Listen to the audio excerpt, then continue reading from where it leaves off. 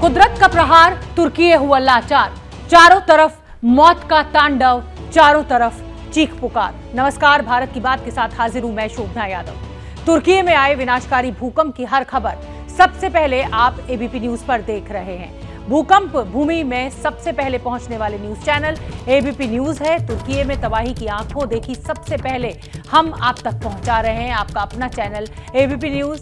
प्रणय उपाध्याय हमारे रिपोर्टर हैं जो इस समय तुर्की की धरती पर पहुंच चुके हैं। तुर्की में भूकंप से मरने वालों का आंकड़ा लगातार बढ़ रहा है। तुर्की सीरिया में मौत का जो आंकड़ा है वो 5300 के पार पहुंच गया है।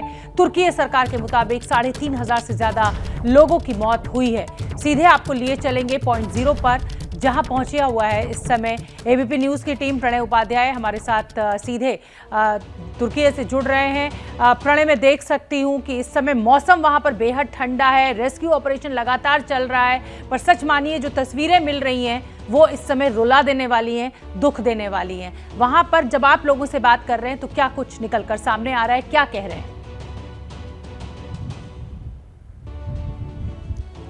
स्वाभाविक रूप से शोभना, ये मानवीय त्रासदी का वक्त है और इस समय में पूरा तुर्की और साथ साथ पूरी दुनिया इस समय तुर्की की मदद के लिए इस समय सामने आ रही है। जिस तरीके से भारत समेत दुनिया के 84 देशों ने मदद का हाथ आगे बढ़ाया है। भारत के 106 एनडीआरएफ की टीम यहाँ पहुँच चुके हैं, 106 सदस्यों वाली। इसके साथ साथ करीब 90 से ज़्यादा के पैरामेडिक्स की जो टीम है, मेडिकल की जो टीम है सेना की, वो यहाँ पर पहुँच चुकी है। और तमाम देशों की तरफ से जो राहत और सहायता सामग्री है वो इस समय इस्तांबुल पहुँच रही है। यहाँ से इस्तांबुल से वो गाजियान्तेप, आदरान और ये जो तमाम इलाके हैं जो कि भूकंप प्रभावित इलाके हैं उन इलाकों के अंदर पहुंचाई जा रही है। आप देख सकती हैं कि किस तरीके से यहाँ पर सर्द मौसम है, इस समय बर्फबारी भी हो रही है। इसका असर जाहिर तौर के ऊपर राहत और बचाव के कामों पर भी पड़ रहा है और इसके कारण राहत और बचाव का काम जो है उसकी रफ्तार के ऊपर भी असर पड़ रहा है इस मौसम के कारण, क्योंकि कई एयरपोर्ट बंद हैं। खासतौर पर गाजियान्तेप का जो इलाका है वहाँ का एयरपोर्ट इस समय बंद है और इसके कारण जो है स्पेशल फ्लाइट्स जो हैं उनके कारण ही वहाँ पर सहायता सामग्री पहुँचाई जा पा रही है। ह्यूमैनिटेरियन कॉरिडोर बनाया गया है।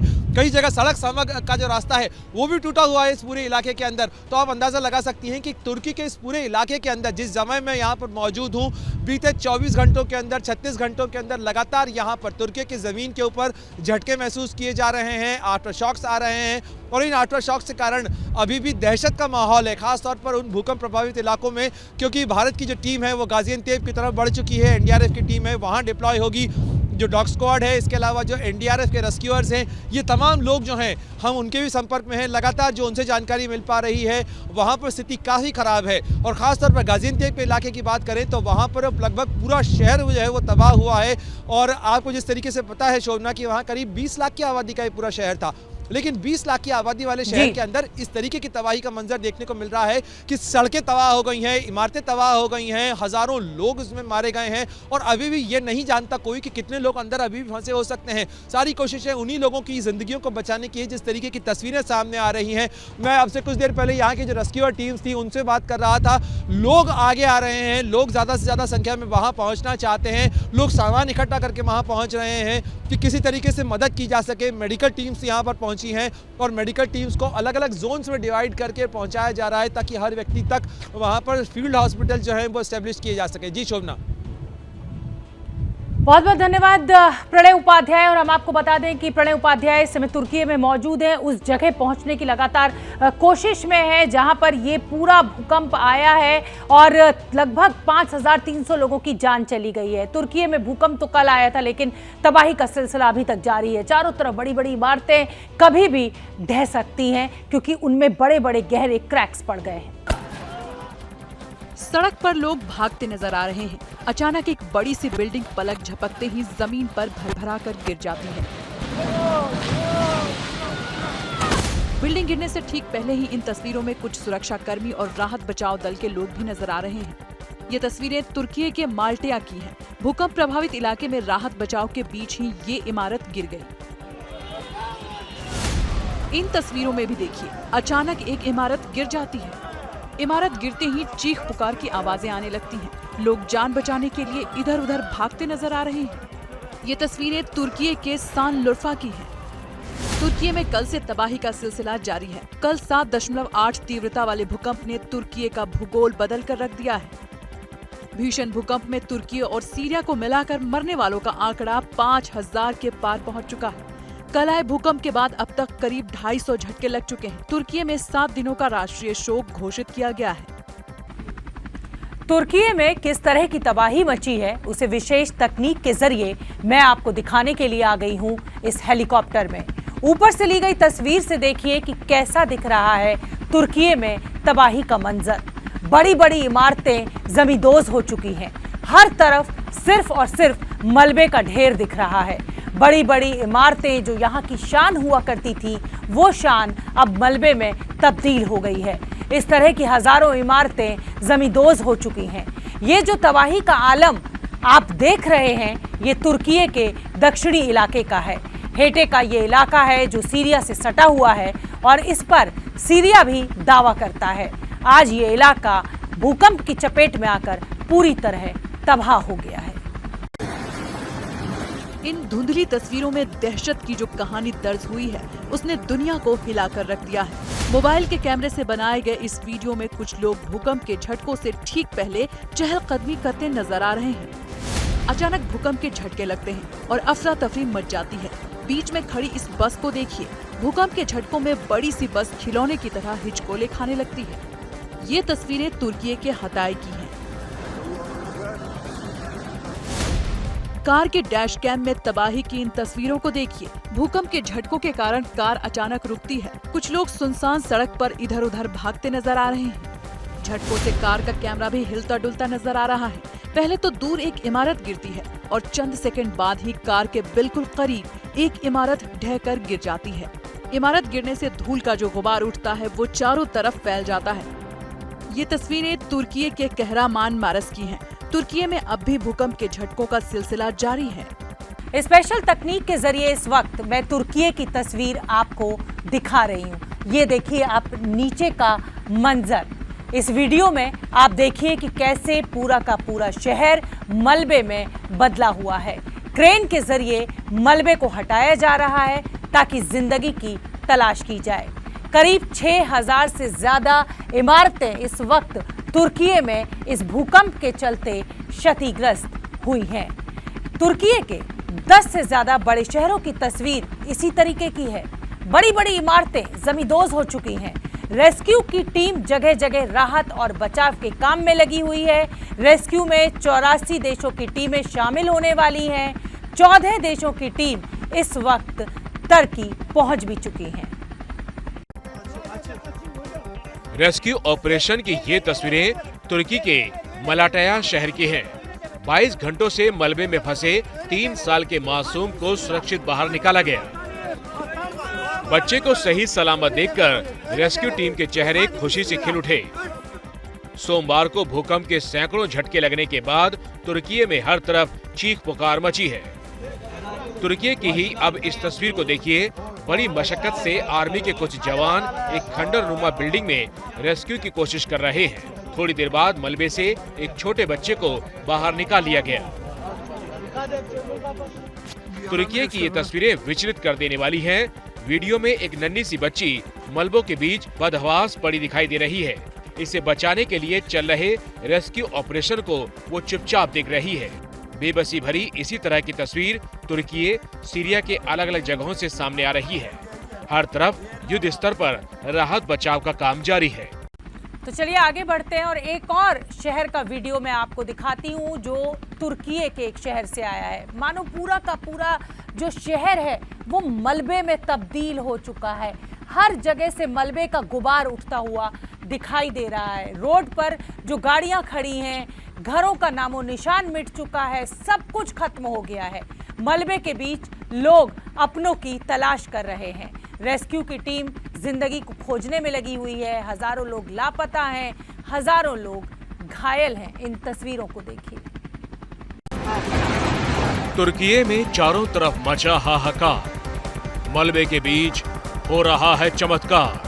तुर्की में जब चारों तरफ सिर्फ मौत का मातम सुनाई दे रहा है, इस बीच मलबे को चीरकर एक किलकारी भी बाहर आए। सुरक्षाकर्मी एक नवजात को मलबे से लेकर तेजी से भागता है। जहां भूकंप के बाद ढहे इस इमारत के मलबे में ही एक महिला ने इस बच्चे को जन्म दिया। प्रसव के दौरान महिला की मौत हो गई, लेकिन तबाही के बीच कुदरत का करिश्मा हुआ और बच्चे को बचा लिया गया। तुर्की में बड़े पैमाने पर हुई तबाही के बीच अब मलबों से लोगों की तलाश की जा रही है। तुर्की में भूकंप से 5000 से ज्यादा घरों को नुकसान होने की खबर है। तुर्की में राहत और बचाव का काम तो चल रहा है, लेकिन मौसम की मार इसमें खलल डाल रही है। बारिश, बर्फबारी और कड़ाके की ठंड की वजह से राहत बचाव में दिक्कत आ रही है।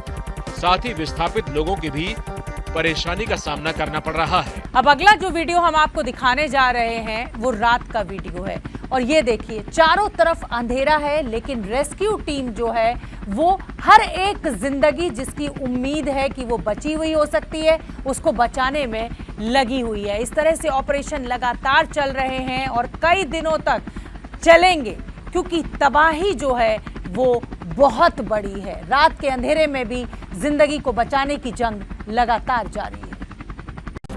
ड्रोन से ली गई इन तस्वीरों में देखिए, नई बनी इमारत का आधा से ज्यादा हिस्सा तबाह नजर आ रहा है।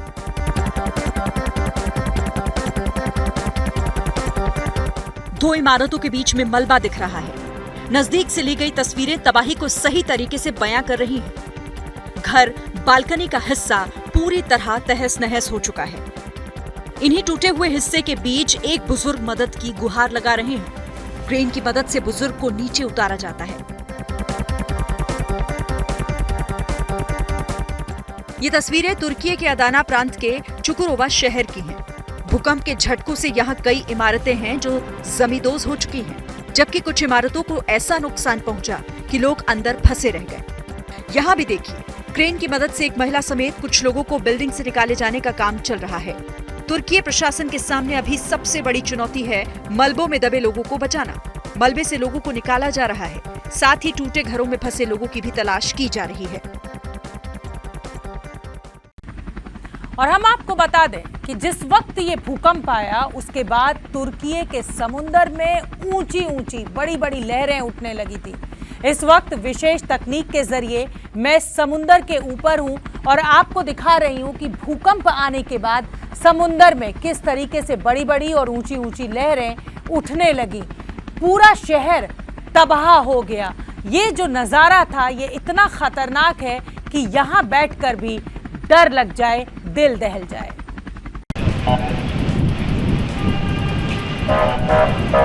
तुर्की पर एक के बाद एक आफत आती जा रही है। टूटे फूटे इमारतों के बीच पानी भरे सड़क पर रेंगती गाड़ियां तुर्की में परेशानी की नई कहानी बयां कर रही हैं।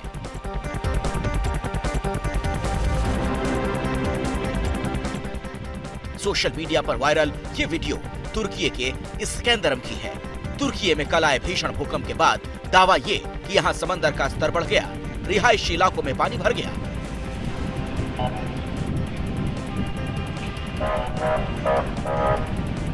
इस्केंदरम की गलियां और सड़कें ऐसे ही पानी से लबालब नजर आ रही हैं।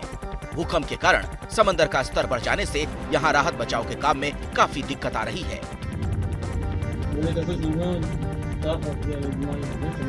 आपको बता दें, इस्केंदरम हताय प्रांत में पड़ने वाला जिला है जहां सबसे ज्यादा तबाही है। तुर्की में भूकंप के बाद जलमग्न सड़कों और समंदर के बढ़ते स्तर ने लोगों की चिंताएं बढ़ा दी हैं। तुर्की के राष्ट्रपति तैयब एर्दोआन ने भूकंप प्रभावित 10 प्रांतों में अगले 3 महीने के लिए इमरजेंसी का ऐलान कर दिया है।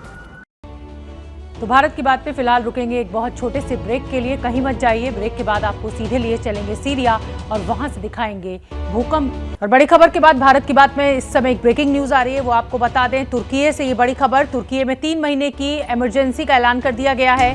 भूकंप प्रभावित 10 प्रांतों में इमरजेंसी का ऐलान किया गया है। जिस तरीके के हालात वहां पर पैदा हो गए हैं भूकंप के बाद, 5300 लोगों की लगभग मौत हुई है सीरिया और तुर्की में मिलाकर। अब तुर्की में 3 महीने की इमरजेंसी का ऐलान कर दिया गया है। तुर्की की तरह ही सीरिया में भी बड़ी तबाही मची है। वॉर प्रभावित और पहले से तबाह सीरिया में भूकंप के बाद लोगों का रेस्क्यू एक बड़ी चुनौती साबित हो रहा है।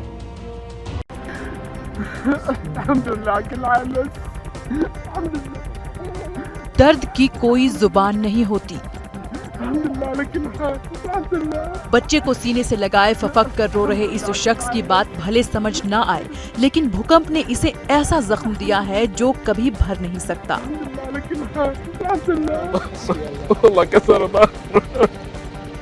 भूकंप ने तुर्की और सीरिया की ही नहीं बल्कि इस शख्स की धरती भी हिला दी है। भूकंप में इस शख्स के परिवार के 12 लोगों की मौत हो गई है। सीरिया में भूकंप प्रभावित इलाकों में मलबे से लोगों को निकालने का काम चल रहा है। बचाव कर्मियों ने मलबे से पहले तो एक छोटे बच्चे को बाहर निकाला, फिर एक शख्स की भी जान बचाई गई। विद्रोहियों के कब्जे वाला सीरिया का ये इलाका पहले भी एयर स्ट्राइक से तबाही झेल चुका है। लाखों लोगों को विस्थापित होना पड़ा।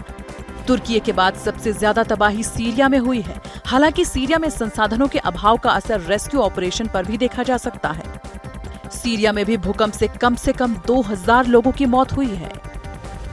स्वागत है आपका। आप देख रहे हैं भारत की बात। तुर्की में राहत और बचाव के लिए फंड का ऐलान कर दिया गया है। राहत बचाव फंड के लिए 100 बिलियन लीरा का ऐलान तुर्की के राष्ट्रपति ने बताया है और अब तक 70 देशों ने तुर्की को मदद की पेशकश भी की है। भूकंप के बाद जिस तरीके की त्रासदी तुर्की में मची है उसको देखते हुए ये बड़ा ऐलान आज सरकार के द्वारा किया गया है। राहत बचाव फंड के लिए 100 बिलियन लीरा का ऐलान तुर्की के राष्ट्रपति के द्वारा किया गया है।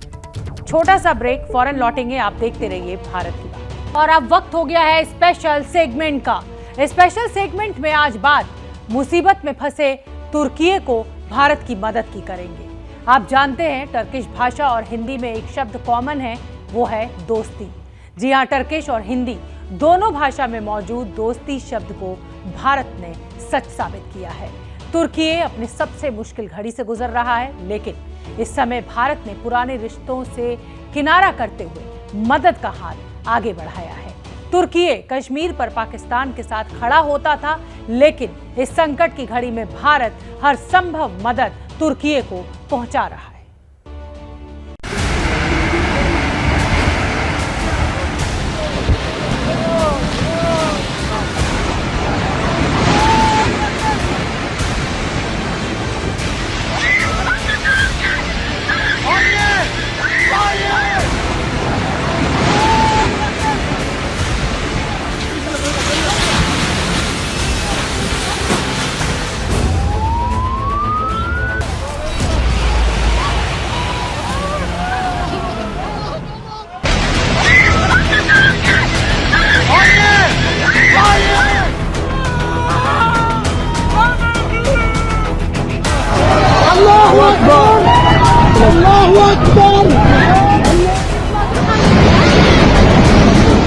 देखते देखते आप थक जाएंगे, लेकिन तबाही की ये तस्वीरें खत्म नहीं होंगी।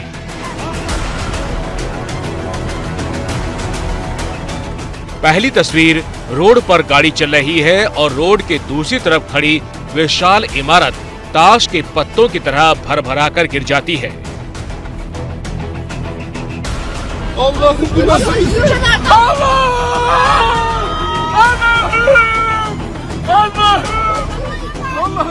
दूसरी तस्वीर, भूकंप के बाद लोग घरों से निकले हुए हैं, रोड पर खड़े हैं और तभी बड़ी सी बिल्डिंग आंखों के सामने गिरकर जमींदोज हो जाती है।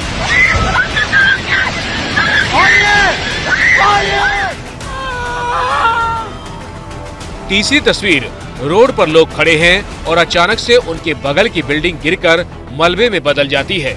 जान बचाने के लिए लोग भागने लगते हैं, चीख पुकार मच जाती है। मलबे के गुबार में लोग अपनों को तलाशने लगते हैं।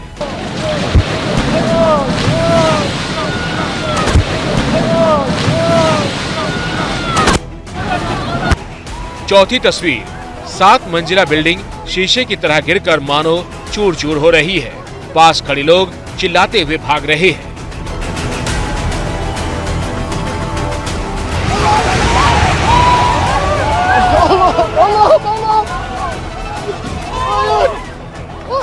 पांचवी तस्वीर, रोड पर गाड़ियों की कतार लगी है और सामने खड़ी विशाल इमारत तिनके की तरह टूटकर जमींदोज हो जाती है।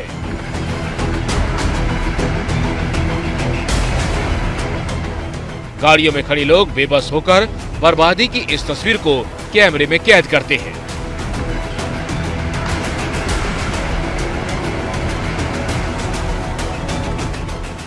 छठी तस्वीर, चारों तरफ बर्फ है और बर्फ के बीच खड़ी इमारत अचानक से गिरने लगती है। लोग जान बचाकर भागते हैं। बिल्डिंग पूरी तरह जमींदोज नहीं होती, लेकिन नीचे के कई फ्लोर टूट गए।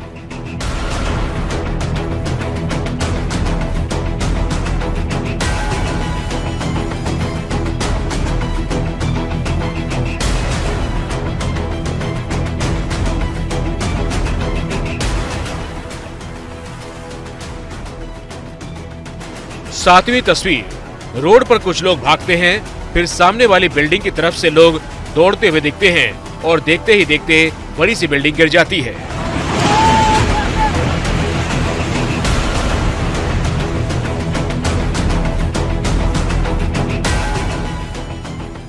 आठवीं तस्वीर, इसी रास्ते पर लाइन से कई बिल्डिंगें खड़ी हैं और देखते ही देखते दूसरी बिल्डिंग भी भर भरा कर गिर गई।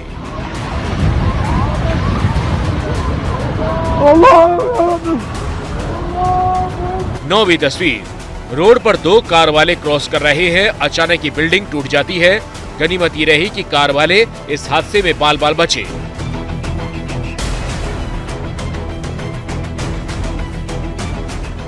10वीं तस्वीर, रोड के कॉर्नर पर बनी बिल्डिंग गिरती है और पास में खड़े बिजली का पोल पटाखे की तरह फूटता है।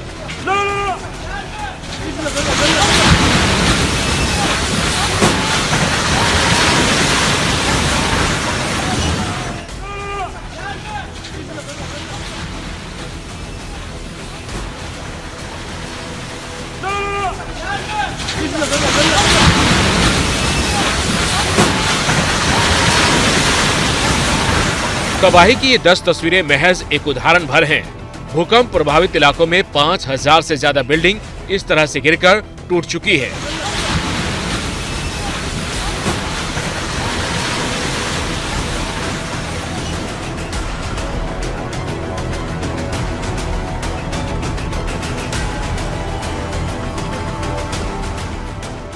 और इस तबाही को आप कार के अंदर से बनाए गए इस वीडियो के जरिए महसूस कर सकते हैं।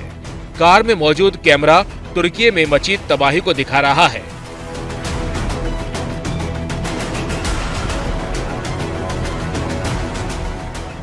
रोड के दोनों तरफ सिर्फ मलबों का ढेर दिख रहा है। ये वो इलाके हैं जहां सबसे ज्यादा तबाही मची। शहर के शहर इन इलाकों में तबाह हो गए।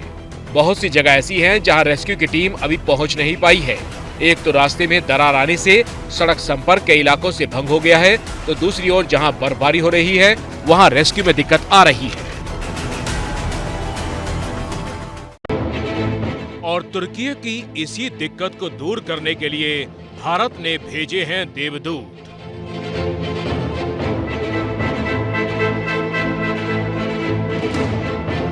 भारतीय वायुसेना के 2 विमानों में सवार एनडीआरएफ के 101 जवान तुर्की गए हैं।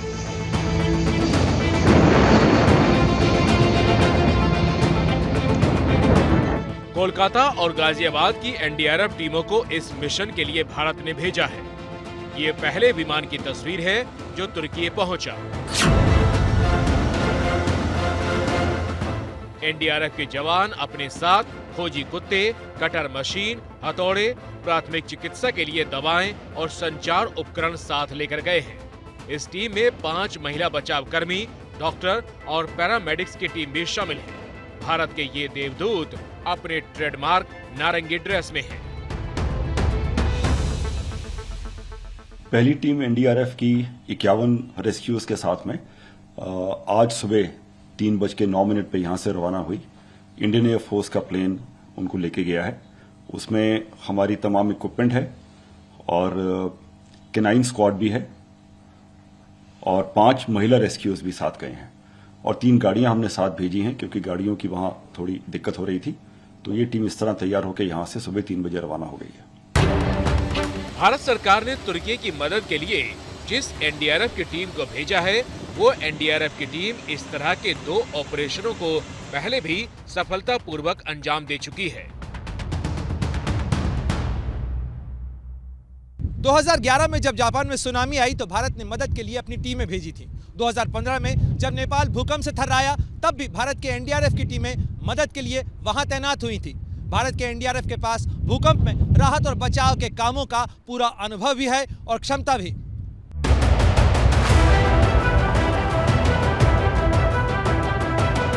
तुर्की में इन जवानों को इसी तरह के मिशन को अंजाम देना है। पहला मिशन मलबे में फंसे लोगों को बचाना है और सुरक्षित रखना है, जबकि दूसरा मिशन बाकी देशों की बचाव टीम को मदद करना है। इन जवानों को तुर्की के किस इलाके में भेजा जाएगा, ये फैसला स्थानीय सरकार करेगी। प्रधानमंत्री नरेंद्र मोदी ने सोमवार को ही तुर्की को मदद देने का फैसला किया था, जिसके बाद ये तैयारी हुई और टीम तुर्की के लिए रवाना हो गई। राहत सामग्री के साथ ही 89 सदस्यीय भारतीय सेना की मेडिकल टीम भी मदद के लिए तुर्की पहुंची है। ये सभी आगरा के फील्ड मेडिकल हॉस्पिटल के डॉक्टर्स और पैरामेडिक्स हैं। इसके अंदर क्रिटिकल केयर स्पेशलिस्ट, साथ साथ जनरल सर्जरी और ऑर्थोपेडिक सर्जरी के विशेषज्ञ भी भेजे गए हैं। मेडिकल टीम अपने साथ 30 बेड वाली चिकित्सा सुविधा से लैस उपकरण लेकर गई है। इनमें एक्सरे मशीन से लेकर वेंटिलेटर, कार्डियक मॉनिटर मशीन शामिल है। जिस तरह से तुर्की में तबाही मची है, उसके बाद आशंका जताई जा रही है कि यहाँ मरने वालों की संख्या 30 से 32 हजार को पार कर जाएगी। हजारों घर, दुकान सब पूरी तरह से बर्बाद है। यहाँ तक कि लगातार आ रहे भूकंप के झटकों की वजह से तुर्की के भूकंप प्रभावित इलाकों में रेस्क्यू सिस्टम और हेल्थ सिस्टम तबाह हो गया है। तुर्की के इस मुश्किल वक्त में हिंदुस्तान उसके साथ कंधे से कंधा मिलाकर खड़ा है। प्रधानमंत्री मोदी ने सोमवार को संवेदना जताई थी और आज वो तुर्की के हालात को देखकर भावुक भी हो गए। 140 करोड़ लोगों की संवेदनाएं सभी भूकंप पीड़ितों के साथ है। भारत भूकंप पीड़ितों की हर संभव मदद के लिए तत्पर है। जब उन्होंने टर्की के भूकंप की जानकारी दी और करते करते उन्होंने कच्छ के भूकंप की याद आई और उन्होंने ये बोला कि हमने भूकंप की विभीषिका बहुत करीब से देखी है, तो उस समय वो इमोशनल थे और यही शायद वही मानवता उनको दूसरों से अलग करती है। संसद के दोनों सदनों में भूकंप के मारे गए लोगों के प्रति संवेदना जताते हुए श्रद्धांजलि दी गई। तुर्की को लेकर भारत का जो रुख दुनिया के सामने आया है, उसके बाद भारत में तुर्की के राजपूत फिरत सुनील ने भारत के लिए दोस्त शब्द का इस्तेमाल किया, ये कहते हुए कि जरूरत में काम आने वाला दोस्त ही सच्चा दोस्त होता है। Support emphasizes support. I was of course very happy because seeing that my colleagues at the Ministry of Foreign Affairs are standing by me.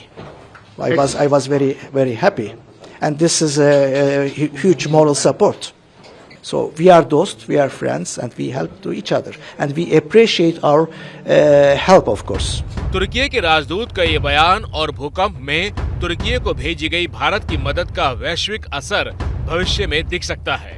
ऐसा इसलिए माना जा रहा है क्योंकि तुर्की वो देश है जो पाकिस्तान का समर्थक रहा। कश्मीर मुद्दे पर तुर्की का रुख भारत विरोधी रहा है। आया तो भारत के प्रधानमंत्री नरेंद्र मोदी ने मदद के लिए टीमें भेजने का फैसला लेने में देरी नहीं दिखाई। ये सब कुछ तुर्की और भारत के बीच में खटास के इतिहास को दरकिनार करते हुए किया गया। ये बात हर कोई जानता है कि ओआईसी के मंच से लेकर संयुक्त राष्ट्र संघ में भारत के खिलाफ आलोचना के प्रस्तावों का तुर्की ने अक्सर समर्थन किया है, लेकिन ये फिलहाल घड़ी मानवता के मुद्दे पर मदद की है और भारत मानवता के मुद्दे पर मदद के लिए पीछे कतई नहीं हटना चाहता। We maintain our stance in favor of solving the ongoing problem in Kashmir for 74 years through dialogue between the parties and within the framework of relevant United Nations resolutions. 2019 से लेकर 2022 तक तुर्की के राष्ट्रपति एर्दोगान हर साल यूएनजीए में कश्मीर का मुद्दा उठाते रहे। इतना ही नहीं, पाकिस्तान के साथ तुर्की के सैन्य संबंध भी हैं।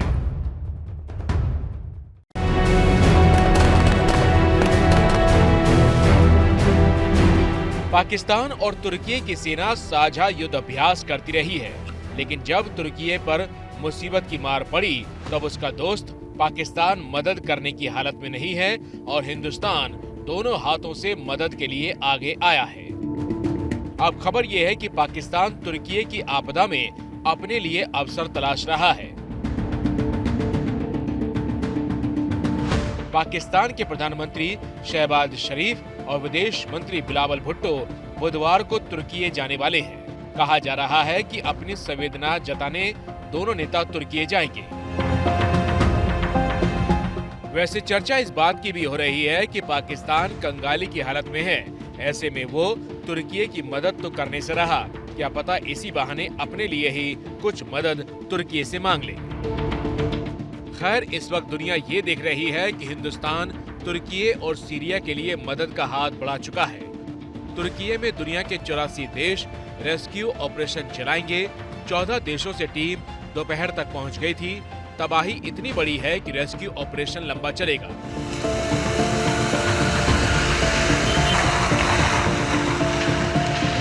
और इस वक्त जो रेस्क्यू ऑपरेशन चल रहा है उसमें जिंदगी की जीत रेस्क्यू टीम के हौसले बुलंद कर रही है।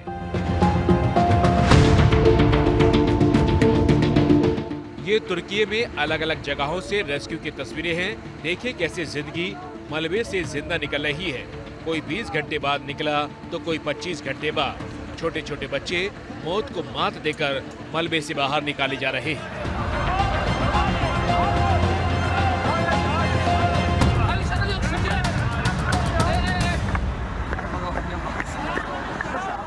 जैसे ही घड़ी का काटा दोपहर 2:30 पे आए, बबीता जी का दिल सास बहू साजिश के लिए मचल जाए। और ये है इनकी बहू, पूरे दिन ऑफिस की टेंशन हो जाए गॉन जब ये करें अपना फेवरेट शो फ्री टाइम पे ऑन। इनकी तरह आप भी देखें अपना फेवरेट शो अपने टाइम पर और डाउनलोड कीजिए एबीपी लाइव ऐप अपने स्मार्ट टीवी पर।